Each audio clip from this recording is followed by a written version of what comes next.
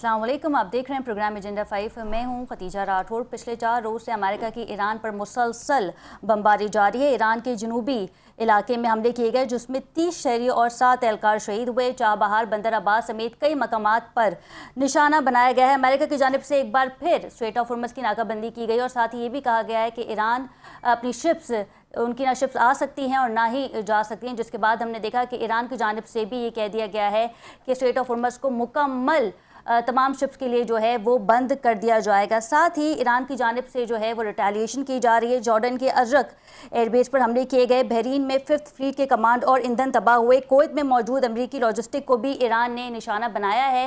ये जो हमला किया गया है कुवैत में, इसमें अमरीकी फ़ौजी के जो लॉजिस्टिक के सामान थे, जिसमें वेपन शामिल था, खुराक थी और दीगर अशिया जो है वो मौजूद होती हैं, उसे ईरान ने तबाह किया है, दावा किया जा रहा है। साथ ही ईरान ने इसकी फुटेज जो है वो रिलीज़ कर दी है। एक बार फिर डोनाल्ड ट्रंप ने धमकी दे दी है। उनका कहना ये था कि आइंदा हफ्ते अगर ईरान मुज़ाकरात की मेज़ पर नहीं आया तो फिर पावर प्लांट, ब्रिजेस और वाटर के प्लांट्स पर भी हमले किए जाएंगे। साथ ही IRGC ने यह भी कह दिया है और वाज़ेह कर दिया है कि खित्ते में तेल और गैस बाहर नहीं जाने देंगे, जिसके बाद हमने देखा कि चाइना में भी तशवीश की लहर पाई जाती है, क्योंकि चाइना जो है वो तेल इंपोर्ट करता है ईरान से। एक बार फिर अगर कशीदगी बढ़ती है, स्ट्रेट ऑफ हॉर्मुज़ को मुकम्मल बंद कर दिया जाता है दोनों जानिब से, तो फिर सूरत हाल किस जानिब जाएगी। साथ ही यमनी हूसी ने ये भी कह दिया है कि बाबुल मंदब को भी मुकम्मल बंद किया जा सकता है। पाकिस्तान में हालिया दिनों में हमने देखा कि तेल की कीमतों में इजाफा किया गया और इस वक्त अगर मुआहदा नहीं किया जाता तो फिर सूरत हाल किस जानिब जाएगी। ईरान की जानिब से वाज़ेह कह दिया है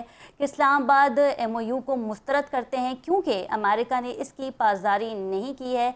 और बात की जाए ईरान की साहिली पट्टियों के हवाले से, तो अमेरिका ने भरपूर तरीके से हमले किए हैं, मिसाइल हमले किए हैं, ड्रोन हमले किए हैं और सबसे ज़्यादा जो इब्तदाई तौर पे जो इतलात आई थी कि बहरीन से में मौजूद फ़ौजी अड्डों को भी इस्तेमाल किया गया है, जबकि बहरीन की सरकारी मीडिया ने इस हवाले से कोई तस्दीक नहीं की है। 5th फ्लीट के कमांडर और ईंधन जो तबाह हुए हैं, इससे अमेरिका को खासा नुकसान भी हुआ है। कतर जो कि सालसी करवा रहा था, हमने देखा कि ईरान ने कतर को भी निशाना बनाया है। ईरान इस चीज़ पे तो राज़ी था कि यूरेनियम जो है वो उसे उस हवाले से बात की जा सकती है, लेकिन स्ट्रेट ऑफ हॉर्मुज़ पे ईरान का मुकम्मल कंट्रोल है और रहेगा। ओमान के साथ जो एक सेफ पैसेज ईरान को बनाना था, हमने देखा कि ओमान ने उस तरीके से इसकी पासदारी नहीं की। दूसरी जानिब सऊदीया पे भी इस वक्त यमनी हूसी के हमले जारी है। इन तमाम चीज़ों पे बात करेंगे। हमारे साथ मौजूद हैं ब्रिगेडियर रिटायर गजनफर अली साहब, दफ़ाई तज्ज़ियाकार हैं। इनके हमरा है doctor Rizwan Naseer, expert in international affair. Naila Sahiba ने भी ज्वाइन किया हमें, साबिक सफ़ीर। आप तीनों को प्रोग्राम में वेलकम करते हैं। सबसे पहले रुख कर लेते हैं ब्रिगेडियर साहब का। सर, कैसे देखते हैं आप मामलात को? दोनों तरफ से नुकसानात की इत्तला मिल रही है। अमरीकी हवाई अड्डों को भी ईरान निशाना बना रहा है, लेकिन साथ ही बंदर अब्बास और दीगर जो जजीरे हैं ईरान के, उस पे भी अमेरिका की मुसलसल 4 रोज से बमबारी जारी है। जी बिल्कुल, 5 रोज से जारी है। बिस्मिल्लाहिर्रहमानिर्रहीम। जी जी तो इंटेंशन है वो पहले ही बता दी है, और खासतौर पे जब नेटो की समिट के अंदर डोनाल्ड ट्रंप गया हुआ तो वहां से उसने कहा था कि ये माहिदा जो है ये खत्म है और हम ईरान के ऊपर हमले करेंगे और हमले की बड़ी सख्त वेव लेके आएंगे। अब उन्होंने 5 दिन हमले किए, जिसमें आपने खुद अपने इंट्रोडक्शन में बताया कि बंदर अब्बास से लेके चाबहार से लेके नीचे जो अपना टोम्बा उनका जो आइलैंड है उस तक लॉजिस्टिक बेसिस पे, पहाड़ अपना बड़ी ब्रिजेस पे, IRGC के जो हेडक्वार्टर उन पे हर जगह पे, यानी उनके वीट के जो गंदम के गोदाम है उन पे हमला किया गया, सिविलियन इंफ्रास्ट्रक्चर पे हमला किया गया। तो पहली बात तो है कि दुनिया में अगर कोई इसको क्लोजली देखे तो अमेरिका इस वक्त वॉर क्राइम में कमिट हो रहा है जी और ये जितने सिविलियन इंफ्रास्ट्रक्चर जिधर वो हमला कर रहा है, वो वॉर के दौरान सिविलियन इंफ्रास्ट्रक्चर पे आप हमला नहीं कर सकते, और अगर करेंगे तो that is counted as a war crime. लेकिन यहाँ पे बेबसी ये है कि कोई शख्स, कोई इंस्टीट्यूशन UNO से लेके नीचे तक ये देखने वाला नहीं है कि ट्रम्प जो है अपनी नफ्सियाती बीमारी की वजह से, साइकोपैथ होने की वजह से, एप्स्टीन फाइल का मुजरिम होने की वजह से, नहायत ही अनरिलायबल करेक्टरलेस आदमी होने की वजह से वो किस तरह ईरान को दिल से और अंदर से तबाह बर्बाद करना चाहता है। अब ईरान नेचुरली, जब आप उस ईरान के ऊपर बम मारेंगे तो ईरान ये तो नहीं करेगा, कहेगा कि जी, ईरान कहेगा कि अच्छा जी हम बर्दाश्त कर लेते हैं आपकी तमाम चीजों को, फिर ईरान भी रिटेलिएट करेगा। और ईरान इस चीज का इंदिया दे चुका है कि अगर किसी तरह भी आपने हमारे ऊपर फायर न रोका या जी आपने हमारे चीजों को तबाह बर्बाद, हम बड़ा वैसिफोरसली रिस्पॉन्ड करेगा। आपने देखा कि आज जो ईरानियन इंफ्रास्ट्रक्चर, अपना अमेरिकन इंफ्रास्ट्रक्चर जितने थे, कुवैत, बहरीन, कतर और उसके बाद दोहा और ये अपना जॉर्डन और बिल्कुल उधर ठीक है। सारे जितने थे उन पे हमले किए गए। तो अब ये चीज कब तक जारी रहेगी इसको तो फोरकास्ट करना मुश्किल है। लेकिन अभी एक खबर और भी आ रही थी जिसको चेक करना जरूरी है कि ट्रम्प साहब ये भी कह रहे थे कि जब हमने जितने हमले करने थे कर लिए, अब हम थोड़ी ठीक है। देर के लिए इसके लिए इसमें ऑपरेशन पॉज लेके आएंगे या फिर ब्रेक लेके आएंगे। तो चल लेट्स सी कि बिल्कुल वो ठीक है ब्रिगेडियर साहब, स्टेटमेंट है डॉक्टर उसका क्या रिजवान भी हमारे मकसद है। साथ मौजूद हैं, उनसे बात कर लेते हैं। डॉक्टर रिजवान, कैसे देख रहे हैं आप इन हमलों को? ईरान के 3 शहरी जो हैं वो शहीद हुए हैं, 7 फौजी एहलकार जो हैं उनकी भी शहादत सामने आई है, जबकि हमने ये भी सुना था कि जो हमले ईरान ने किए थे उसमें 6 से 7 अमेरिकन फौजी भी हलाक हुए हैं। इस जंग में मजीद कशीदगी देखने में आएगी या फिर हम देखेंगे कि एक बार फिर फेस सेविंग के लिए डोनाल्ड ट्रंप ये कहेंगे कि ईरान मुआहिदा करना चाहता है? जी बहुत शुक्रिया अपने शो में लेने का। जिस तरह आपने भी बात की, मुझे यूं लगता है कि अमेरिका जो है ना डबल गेम प्ले कर रहा है। सही। डबल गेम इन अ वे कि अमेरिका साथ ये भी कह रहा है कि इनको मुज़ाकरात की टेबल पे आना पड़ेगा। एट द सेम टाइम जो अमेरिकन कैंपेन चल रही है वो बड़ी इंटेंस किस्म की कैंपेन चल रही है, जिसमें मिलिट्री टारगेट्स के साथ साथ सिविलियन टारगेट्स भी हिट किए जा रहे हैं। अगर आप देखें कि अब मुझे जिस चीज का खदशा है, अमेरिका ने और वॉर क्राइम्स कमिट करने हैं। जी मार्को रूबियो की स्टेटमेंट आती है कि आईसीसी जो है एक रिडंडेंट इदारा है, इंटरनेशनल क्रिमिनल कोर्ट। मकसद ये है कि अगर अमेरिका के सोल्जर्स ईरान वॉर के अंदर जो कुछ भी करेंगे, सिविलियन टारगेट्स पे हमले करेंगे, जैसे स्कूल पे हमला किया था मिनाब में या बिल्कुल। दीगर जगहों पे, हॉस्पिटल्स पे, दीगर जगहों पे, तो उनको ये खदशा है कि इंटरनेशनल क्रिमिनल कोर्ट जो है वो वॉर क्राइम्स के ऊपर अमेरिका को अकाउंटेबल ना होल्ड करे। ये सबसे बड़ा खदशा अमेरिका को। तो इसी वजह से मार्को रूबियो का बयान सामने आया है, आईसीसी के ऊपर शदीद किस्म की तनकीद की है। अब आप अगर ये सिनेरियो सारा देखें, मुझे ये लग रहा है कि अमेरिका जो है इस जंग को खुद तवील करेगा। सही। अहम चीज ये है कि अमेरिका के पास जो कॉन्स्टिट्यूशनल एक प्रॉब्लम थी कि उन्होंने कांग्रेस से अप्रूवल लेना था विद इन 60 डेज। अब वो क्या हुआ कि एक बार उन्होंने एमओयू साइन किया और कहा कि जंग रुक गई है। जी अब उन्हें ब्लैंकेट मिल गई है नेक्स्ट 60 डेज की। अब ये लकूना है कानून के अंदर, कॉन्स्टिट्यूशन के अंदर, जो ट्रंप एडमिनिस्ट्रेशन प्ले कर रही है।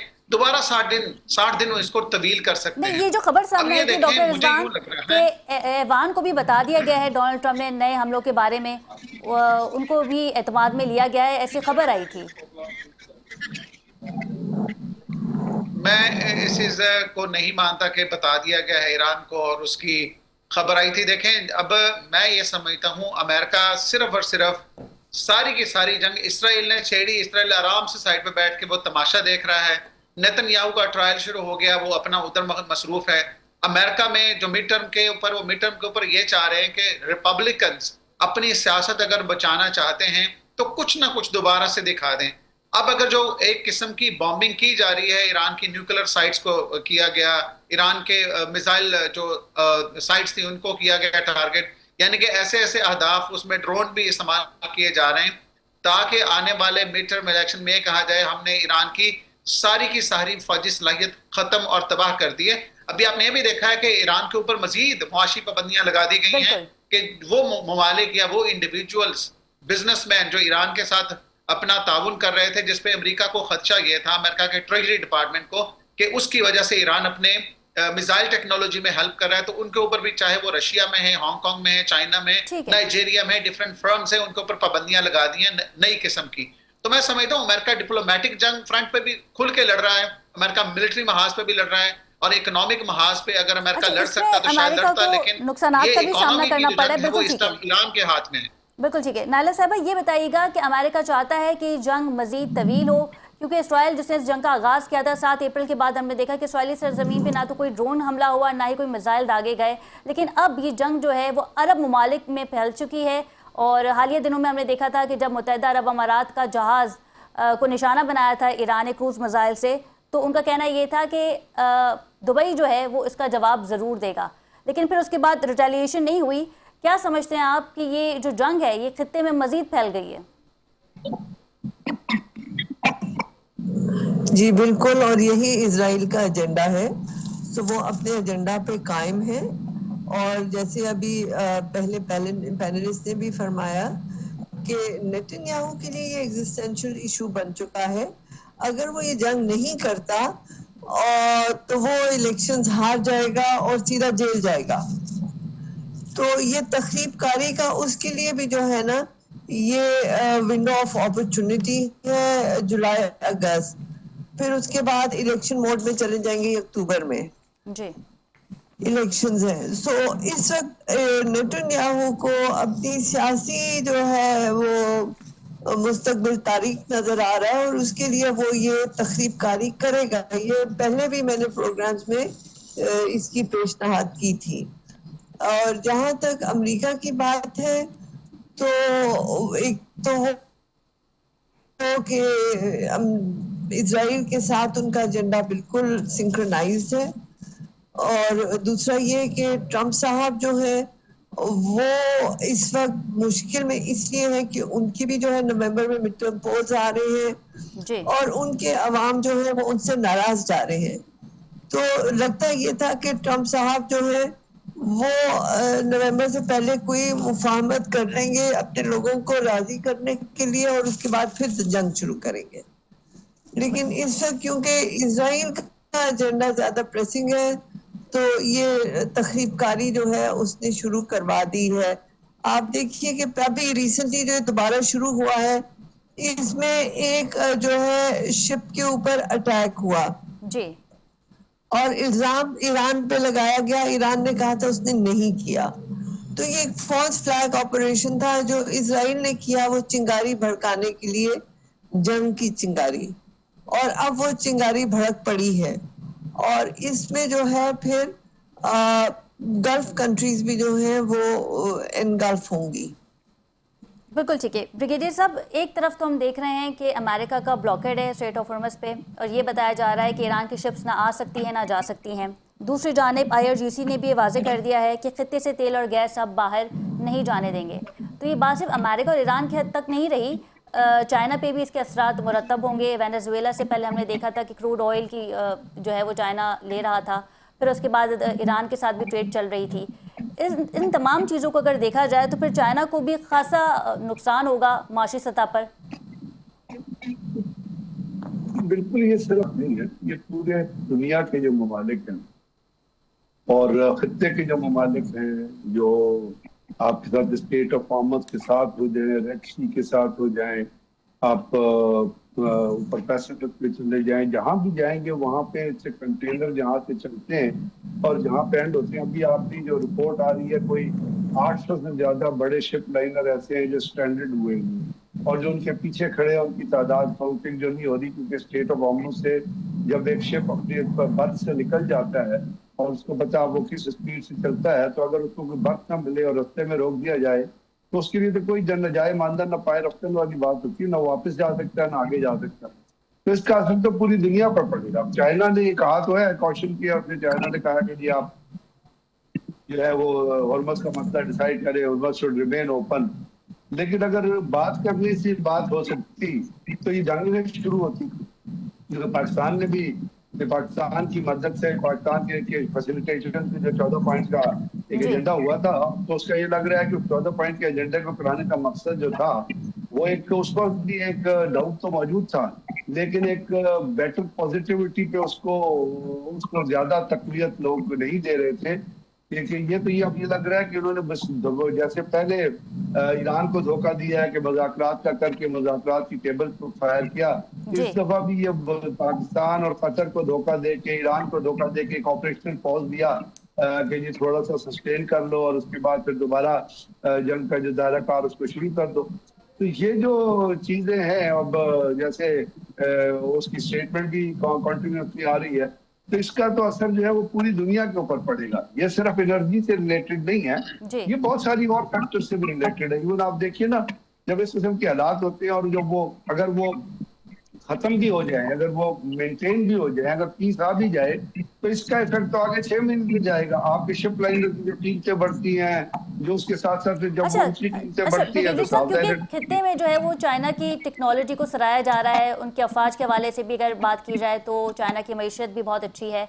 क्या समझते हैं आप कि एक दो टोक स्टेटमेंट चाइना दे सकता है अमेरिका को कि जो नाकाबंदी की गई है अमेरिका की जानिब से उसे फौरी हटाया जाए? क्योंकि हमने ये भी देखा हालिया दिनों में कि बरतानिया ने पासदारान इनकलाब को एक दहशतगर्द तंजीम डिक्लेयर कर दिया था, तो चाइना की जानिब से भी कोई ऐसे बयानात सामने आ सकते हैं?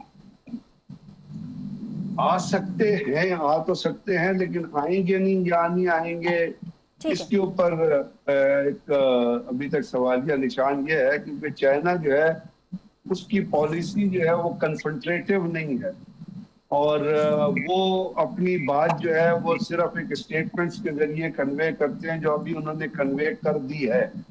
अब अमेरिका के साथ चाइना के बड़े ट्रेड रिलेशन भी हैं, और उसके साथ साथ आप जब देखते हैं कि चाइना इतनी दुनिया में यूनिपोलैरिटी से की तरफ जा रही है, तो चाइना भी एक तरफ से एक ख्वाहिश अंदर से ये रखता होगा कि ठीक है, अमेरिका का भी जितना नुकसान होता है, क्योंकि जंग के अंदर फायदा तो अमेरिका का भी नहीं है। जब आप जंग लड़ते हैं, अपने जहाज उड़ाते हैं, खर्चा करते हैं, तो आपकी जी इकोनॉमी डाउन होती है, या अपना आगे ही पता नहीं अमेरिका कितने ट्रिलियन का जो है वो मकरूज है।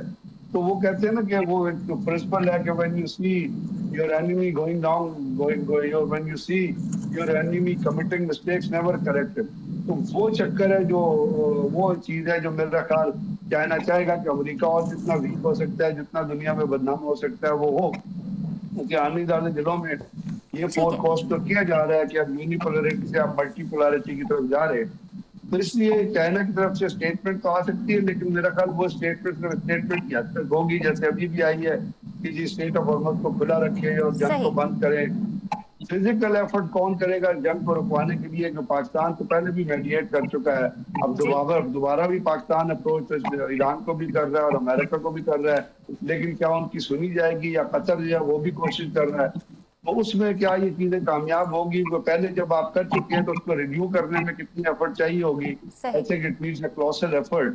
तो जब तक अमेरिका, या खुद अगर अमेरिका का ये कह दे कि जी हम फायरिंग अपनी बंद कर रहे हैं, तो मैं आपको ये श्योर कराता हूँ कि ईरान जो है वो किसी भी तरीके से किसी टारगेट पे फायर नहीं करेगा, क्योंकि पहले भी जंग अमेरिका ने शुरू की थी, अभी भी उन्होंने ही शुरू की है। बिल्कुल। So aggressor America is aggressor and Iran is a defender.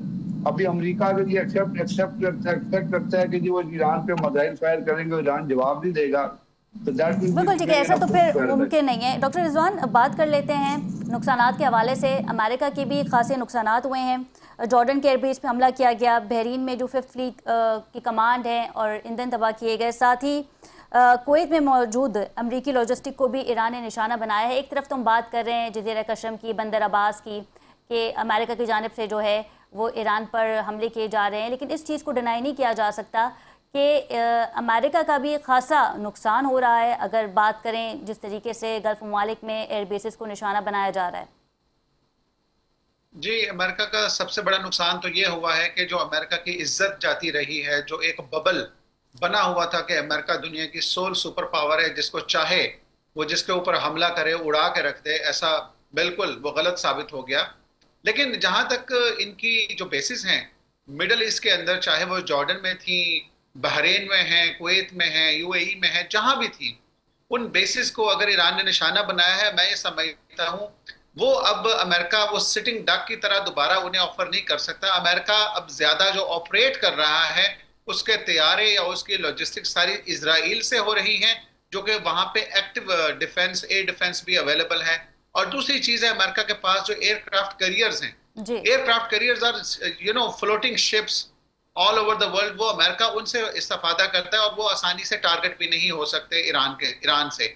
तो मैं ये समझता हूँ वो जो ईरान ने नुकसान किया है वो एक साइड पे ज्यादा उसकी इज्जत का नुकसान हुआ है अमेरिका की। दूसरी बात आ जाती है अमेरिका को जब खतरा है, देखें जो असल जंग थी ये जंग एनर्जी की जंग बन गई। एनर्जी की इस तरह से बन गई जब स्ट्रेट ऑफ हॉर्मुज क्लोज हो गई, वो 20% जो यहाँ से सप्लाईज जाती हैं दुनिया की, उसमें अमेरिका के इत्तेहादी भी हैं, यूरोपियंस भी हैं, तो चीखें निकल गई थी उनकी। वो कहते थे कि हमारे पास जो स्ट्रेटेजिक रिजर्व्स हैं वो भी खाली होने शुरू हो गए।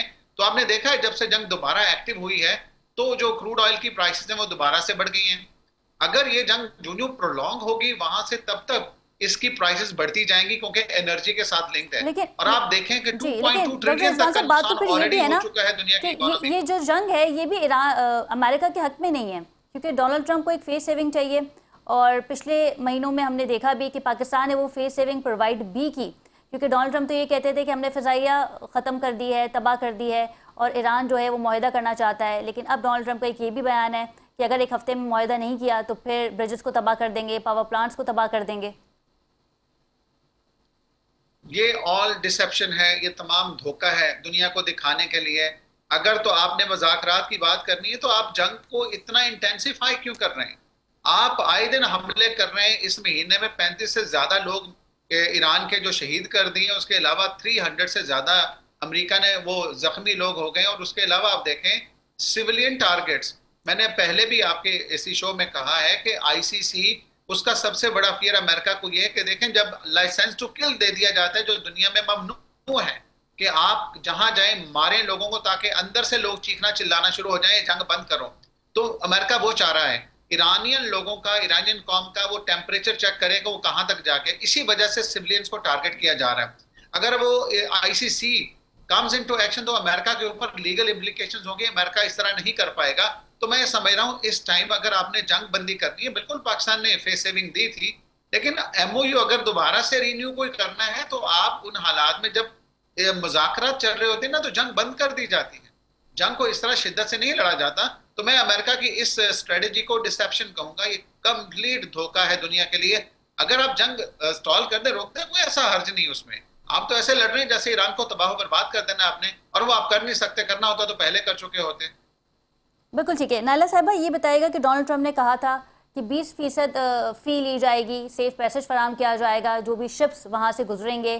फिर उसके बाद हमने ये भी देखा कि डोनाल्ड ट्रंप ने इस बयान से हटकर फिर दूसरी दफ़ा ये भी कहा कि ठीक है हम कोई फ़ी नहीं लेंगे, जबकि ईरान इस चीज़ को क्लेम कर रहा था कि जो भी अमाउंट ली जाएगी तो ईरान सेफ पैसेज फराम करेगा। क्या समझते हैं आप, पहले जो ईरान कह रहा था वही चीज़ अमेरिका ने भी उसका बयान दे दिया? जी बिल्कुल दुरुस्त है। बेसिकली वो बिजनेसमैन है, और जहाँ पे उन्हें पैसा नजर आता है वो उसकी तरफ माइल हो जाते हैं।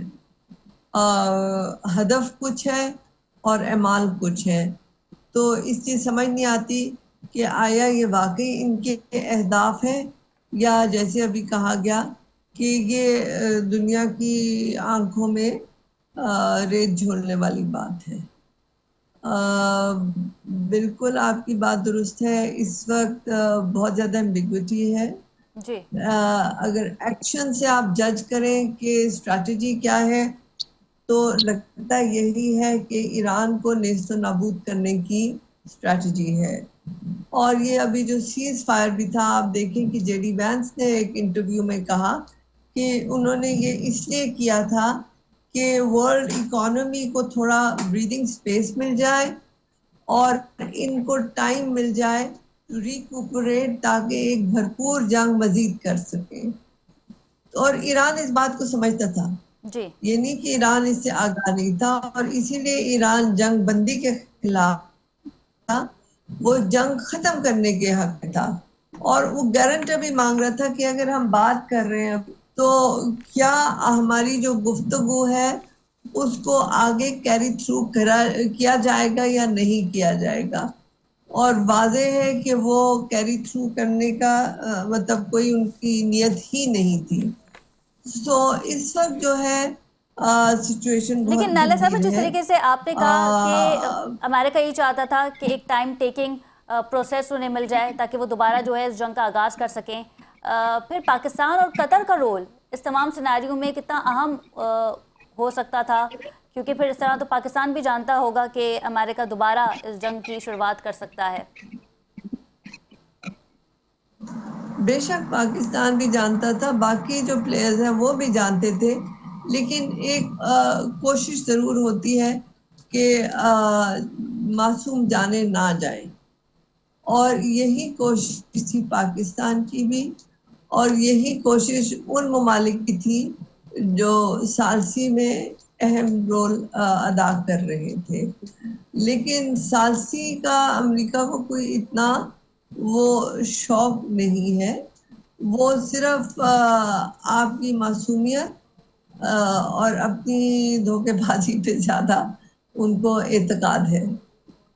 बिल्कुल ठीक है ब्रिगेडियर साहब, हर बार एक नई धमकी आती है डोनाल्ड ट्रंप की जानिब से। पहले ये कहा जाता है कि तहजीब को तबाह कर देंगे ईरान की, और अब एक नई धमकी आ गई है कि ब्रिजेस और पावर प्लांट को निशाना बनाया जाएगा अगले हफ्ते अगर ईरान ने मुआहदा नहीं किया। एक तरफ तो ये कहते हैं कि ईरान मुआहदा करना चाहता है, बेताब है, और दूसरी तरफ डोनाल्ड ट्रंप का ये स्टेटमेंट है। क्या समझते हैं आप कि हमलों में मज़ीद तेज़ी देखने में आ सकती है, या पाकिस्तान कोई अहम किरदार अदा कर सकता है? क्योंकि इससे पहले भी हमने देखा था कि जब इस सीज़ फायर का ऐलान हुआ था तो पाकिस्तान से फील्ड मार्शल सैयद आसिम मुनीर साहब गए थे ईरान और ईरान का दौरा किया था। उसके बाद फिर हमने देखा कि कतर का डेलीगेशन भी ईरान आया था।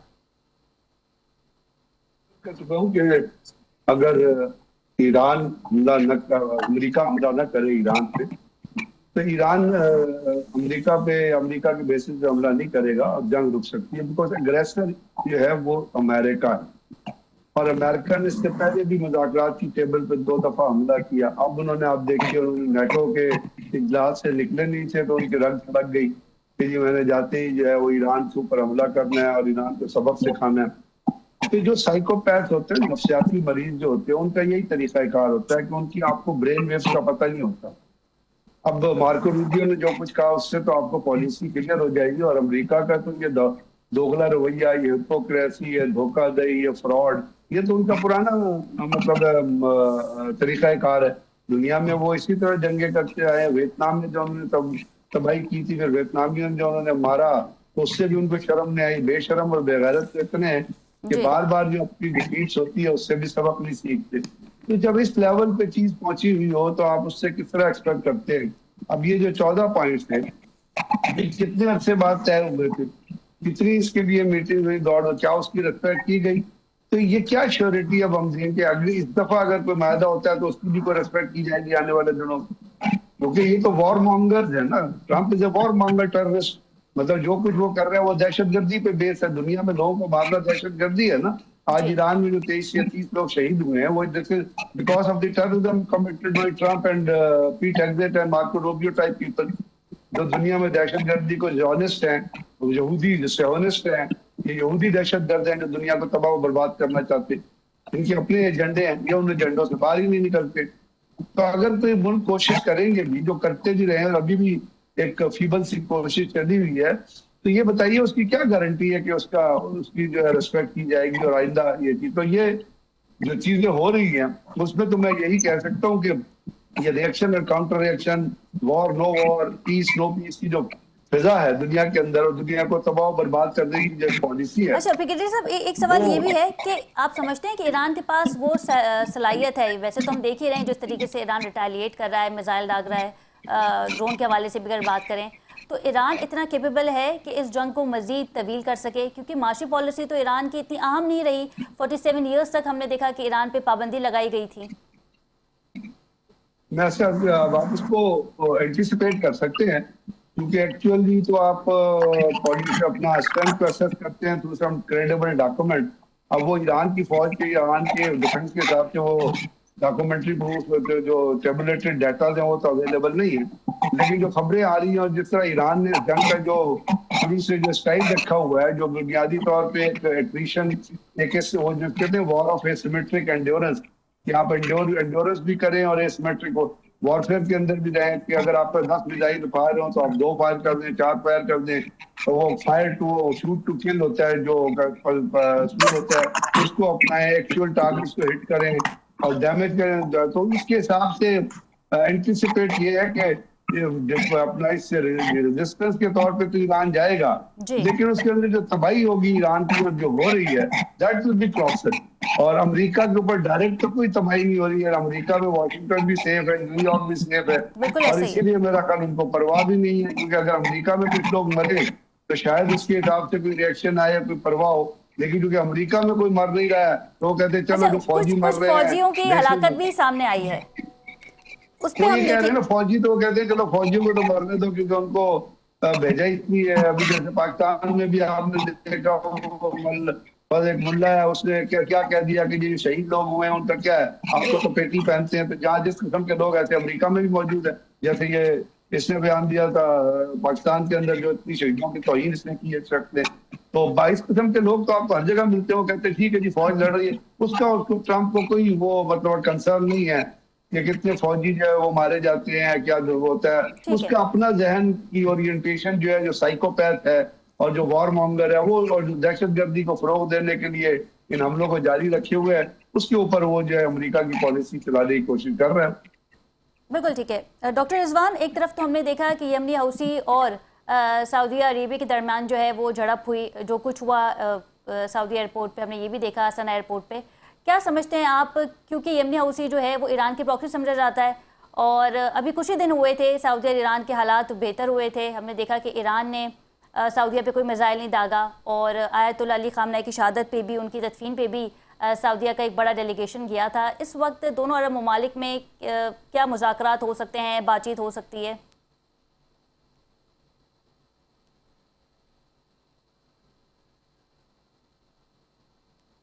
जी देखें, इसमें सबसे अहम किरदार तो पाकिस्तान, सऊदी अरब ने सितंबर में जो म्यूचुअल डिफेंस एग्रीमेंट साइन किया था, उसके तहत और सऊदी अरब की जारी बात है, म्यूचुअल डिफेंस के तहत अगर कोई सऊदीया पे अटैक होता तो पाकिस्तान की भी जिम्मेदारी है उसे प्रोटेक्ट करना। और इसमें ईरान ने भी एक बड़ा अहम किरदार अदा किया कि उसने सऊदी अरब के साथ पहले जो एक वेव चली उसमें तो अटैक्स किए लेकिन बाद में नहीं किए। तो मैं समझता हूँ ये म्यूचुअल अंडरस्टैंडिंग थी और सऊदी अरब ने भी बाद में रेस्ट्रेंट दिखाई कि अमेरिका को उस तरह से अपनी ना बेसिस ममालिक कर रहे थे ना इस तरह से। अब आती है बात, जैसे हूसी रेबल्स हैं जो बागी हैं यमन के अंदर, सबसे बड़ा खतरा इसराइल को उन्हीं से है कि अगर वो बाबुल मंदब क्लोज कर देते हैं तो दुनिया मुकम्मल बंद हो जाएगी। अभी तो 20% एनर्जी बंद हुई है स्ट्रेट ऑफ हॉर्मुज से, तो उसके बाद तो 100% बंद हो जाएगी दुनिया, क्योंकि साउथ अफ्रीका की तरफ से ट्रेड शुरू होगी, ये तो बंद हो जाएगी दुनिया इस साइड से। तो मैं ये समझता हूं कि एक वो भी ईरान के पास एक तुर्क का पत्ता है जो ईरान ने अभी। जी जी डॉक्टर रिजवान, ठीक है, बिल्कुल ठीक है। अच्छा नाला साहब, क्योंकि हम इसी हवाले से बात कर रहे थे कि अगर बाबुल मंदब बंद किया जाता है तो फिर उसके बाद सिचुएशन मज़ीद कशीदा हो जाएगी, क्योंकि इससे पहले यमनी हौसी जो है उन्होंने सना एयरपोर्ट को टारगेट नहीं किया था, या सऊदीया के साथ जो है वो उनकी झड़प नहीं हुई थी। अब सिचुएशन किस तरह आप देख रही हैं? देखिए सिचुएशन तो बहुत फ्लूइड है और कोई उसमें मुझे रोशनी की किरण दिख रही नहीं है। जो लग रहा है वो इजराइल का एजेंडा है, मेक इजराइल ग्रेट अगेन, यानी कि उसकी गिरदो नवा में जितने ममालिक हैं उनकी तबाहकारी। ईरान का अभी काम पूरा नहीं किया गया और तुर्की के बारे में बातें शुरू कर दी गई हैं। सो ये एजेंडा इनका बहुत भयानक है, बहुत खतरनाक है, लेकिन ये इसमें अपने आप को मजहबी जंग में डाला हुआ है। ट्रम्प साहब तो इकोनॉमी की बात कर रहे हैं कि वो ट्रेडर है, बिजनेसमैन है, लेकिन नेतन्याहू और इजराइलियों के लिए ये एक मजहबी जंग है। सही। और वो उसको मजहब से जोड़ के टेरिटोरियल एक्सपेंशन, हेजेमोनिक, और इसमें वो इंडिया के साथ भी उनके जो है वो मुआहदे हैं, क्योंकि इंडिया भी जो है वो हेजेमोनिस्ट है और वो सेंट्रल एशिया से लेके आगे तक हद्दे नजर वो अपना इंडिया बनाना चाह रहा है। वो अखंड तो भारत की एक पॉलिसी है, जबकि इजराइल जो है वो ग्रेटर इजराइल बनाना चाहता है। जी नाला साहब। बिल्कुल दोनों जो है वो हेजेमॉन्स हैं और दोनों के नफेरियस डिजाइन थे, और इसीलिए देखिए कि ईरान पे एक तरह की जंग हो रही है और आप पे एक तरह की जंग हो रही है। बिल्कुल ठीक है नाला साहब, आप हमारे साथ ही रहिएगा। डॉक्टर रिजवान भी हमारे साथ तो मौजूद हैं। ब्रिगेडियर साहब बहुत शुक्रिया आपके वक्त का। प्रोग्राम में मजीद भी बात करेंगे, लेकिन यहाँ वक्त हुआ एक शॉर्ट कमर्शियल ब्रेक का। Stay with us.